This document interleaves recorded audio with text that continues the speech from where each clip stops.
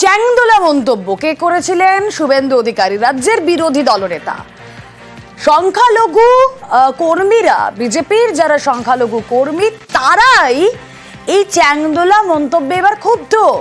পদ্মেই ক্ষোভ, স্বরূপনগরে ক্ষোভ বিজেপি নেতা কর্মীদের। চ্যাংদোলা মন্তব্যের পর কি রিয়াকশন তাদের, শুনুন। এই মন্তব্যে যেখানে বলছে একটা কমিউনিটির ভোটের প্রয়োজনই নেই, আমি জানি না কোনো রাজনীতিতে এরকম বলতে পারে না যে আমার ওকে ভোটের প্রয়োজনই নেই। যদি প্রয়োজন নাই থাকে তাহলে এরা কেন খেটেছে, এরা কেন ভোট দিয়েছে? আমার মনে হয় অবশ্যই এতে ভোট, আমার স্বরূপনগরে আমরা সংখ্যালঘু 49%, সংখ্যালঘু 51% হিন্দু ভোটার। এখানে আমার মনে হয় স্বরূপনগর আগামী দিন ক্ষতির কোন ইয়ে দেখবে।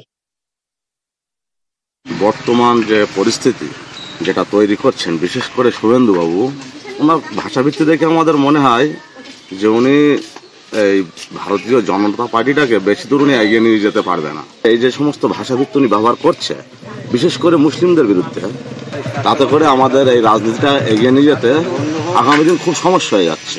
আমাদের উপনেতৃত্ব যারা আছে, তারা যদি ওনার বিরুদ্ধে কোনো স্টেপ না নেয়, তো যেমন আগের বার 18টা ছিল লোকসভা, এবার 12টা হয়েছে, সে একমাত্র ওনার জন্য হয়েছে। শুভেন্দু বাবু এমন লেকচার দিচ্ছেন, ভাষণ দিচ্ছেন যে মুসলিমদের তুলে আছাড় মারবে, এ করবে, তা করবে, কিন্তু আমরা কোনোদিনও ভাবিনি যে ভারতীয় জনতা পার্টির মধ্যে এইসব কালচারের মধ্যে আমাদের থাকতে হবে, যে মুসলিম বিদ্বেষী কথা হবে বা কোনো জাতি টেনে কথা হবে, এইটা আমরা কোনোদিনও ভাবিনি।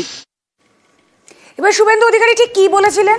তিনি সংখ্যালঘু বিধায়কদের ছুঁড়ে ফেলার হুঁশিয়ারি দেন, চ্যাংদোলা করে ছুঁড়ে ফেলার হুঁশিয়ারি দিয়েছিলেন রাজ্যের বিরোধী দলনেতা। আর তারপর স্বরূপনগরে যারা কর্মীরা রয়েছেন, বিজেপি কর্মীরা, তাদের অসন্তোষ শোনালাম। রিকল করি শুভেন্দু অধিকারীর বক্তব্য। বিমান ব্যানার্জিকে, মমতা ব্যানার্জিকে হারাবো, আর ওদের দলের যে কটা মুসলমান এমএলএ জিতে আসবে, বিজেপি সরকারে আসবে, চ্যাংদোলা করে তুলে রাস্তায় ফেলবো।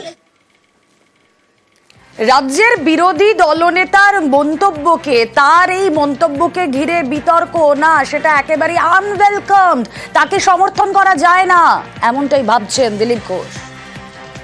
বিরোধী দলনেতা বলছেন যে সংখ্যালঘু বিধায়কদের ছুড়ে ফেলে দেবেন, তৃণমূল কংগ্রেসের বিধায়ক বলছেন মুর্শিদাবাদে গেলে আটকে রেখে দেবেন।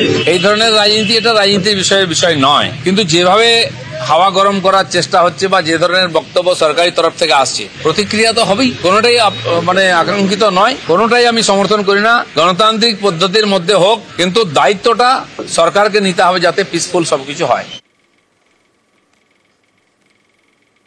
এবার এই শুভেন্দু অধিকারী গতকাল যখন বারুইপুরে যান, শুভেন্দু অধিকারীকে হেনস্থার অভিযোগে বৃহস্পতিবার বিধানসভায় ঝড় উঠল।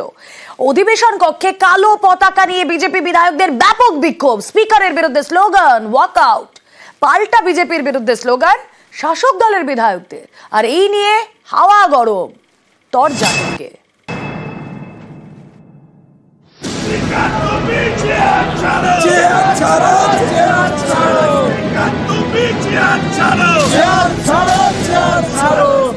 আমরা জনপ্রতিনিধি, আমরা কথা বলবো না তো কারা কথা বলবে?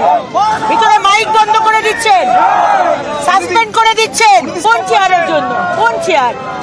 আজকে 1 বছর বাকি ইলেকশন।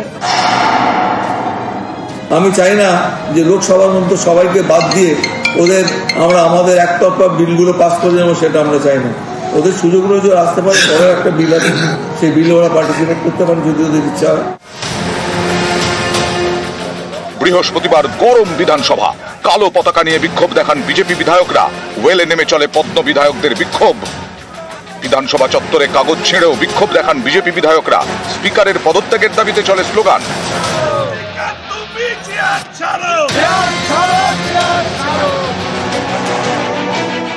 এই ঘটনার সূত্রপাত বুধবার বিকেলে। সেদিন দক্ষিণ 24 পরগনার বারুইপুরে যান বিজেপির 50 জন বিধায়ক, নেতৃত্বে বিরোধী দলনেতা শুভেন্দু অধিকারী। বারুইপুরে শুভেন্দু সহ বিজেপি বিধায়কদের হেনস্থা করা হয় বলে অভিযোগ। বারুইপুরের বিধায়ক বিমান বন্দ্যোপাধ্যায়, যিনি বিধানসভার স্পিকার, তার এলাকায় বিরোধী বিধায়কদের হেনস্থার অভিযোগ। এ নিয়ে এদিন বিধানসভায় বিক্ষোভ দেখায় বিজেপি। গতকাল বারুইপুরে কেন বিরোধী দলনেতার ওপর হামলা হলো? হলো, কেন বিরোধী দলনেতার গাড়ির ওপর হামলা হলো, কেন বিজেপি এমএলএদের ওপর হামলা হলো, কেন আমাদের কোথাও মিটিং মিছিল করতে গেলে গালাগাল শুনতে হবে। স্পিকারের বিরুদ্ধে এদিন স্লোগানও তোলেন বিজেপি বিধায়করা।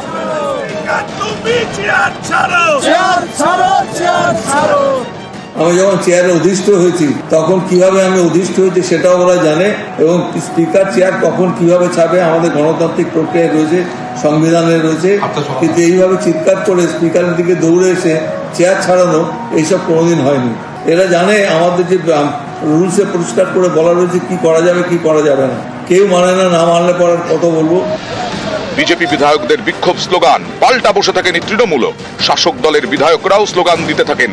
চন্দ্রিমা ভট্টাচার্য সুর চড়িয়ে বলেন, বিজেপি বাংলা ছাড়ো, বিজেপির দম নেই, দম না থাকলে চেয়ারের দিকে আঙুল তোলা যায় না। সংসদীয় ব্যবস্থায় স্পিকারের নিরপেক্ষতা যখন ধূলিসাৎ, সেখানে দাঁড়িয়ে প্রতিবাদ করা সত্ত্বেও দলীয় নির্দেশ পালন করা স্পিকারের চেয়ারের অবমাননা বলে তিনি যে এতদিন চিৎকার করেছেন, আজকে তার বিপরীতমুখী অবস্থান নিয়ে বসেছিলেন। যে রাজনীতিটা এখন হচ্ছে সেটা হচ্ছে শোয়ের রাজনীতি, অর্থাৎ আমি শোবাজি কতটা করলাম, কতটা নিজের মুখ টিভিতে দেখালাম, মানুষের কথা বললাম না বললাম, সাম্প্রদায়িকতাকে টেনে আনলাম, ডিভিশনের রাজনীতি করলাম, আর নিজের পাবলিসিটি করলাম। মানুষ পাঠিয়েছে তাদের যে সমস্যা, সেই সমস্যা তুলে ধরতেন, এই শোবাজি করার জন্য নয়। নিউজ 18 বাংলা।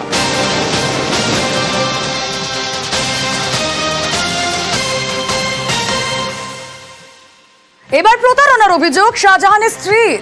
25 লক্ষ প্রতারণার অভিযোগ তসলিমা বিবির। নাজার থানায় অভিযোগ শাহজাহানের স্ত্রীর। মাছের আড়ত থেকে টাকা তছরূপের অভিযোগ। রবিন মণ্ডল গতকাল যে অভিযোগ করেছিলেন শাহজাহানের বিরুদ্ধে হুমকির, এবার সেই রবিন মণ্ডলের বিরুদ্ধেই অভিযোগ শাহজাহানের স্ত্রীর। গতকালই শাহজাহানের বিরুদ্ধে সরব হন রবিন মণ্ডল। টাকাটা যেটা দেওয়া হয়েছে সেটা সম্পূর্ণ আড়ত থেকেই দেওয়া হয়েছে, এবং যে 25 লক্ষ টাকা যেটা, সেটা খাতাপত্র সব তো দিদার মোল্লার কাছে আর শেখ শাহজাহানের কাছে। আমি আড়তের একজন মুহুরি, আমি তো ক্যাশিয়ার না, ক্যাশিয়ার ছিল দিদার মোল্লা। আমি শুধু লেখালেখি করতাম, মাছ কতটা মাছ আসতো কি বৃত্তান্ত এইগুলো লেখালেখি করতাম। আমি টাকা পয়সা কোনোদিনই ডিল করিনি, আমি কোনো কিছুই করিনি। এটা শেখ শাহজাহান যখন জেলে যায় তারপরের থেকে তাহলে আমার নামে কমপ্লেন করলে আমি কি করবো? আমি তো টাকা পয়সা লেনদেনের মাধ্যমেই আমি ছিলাম না।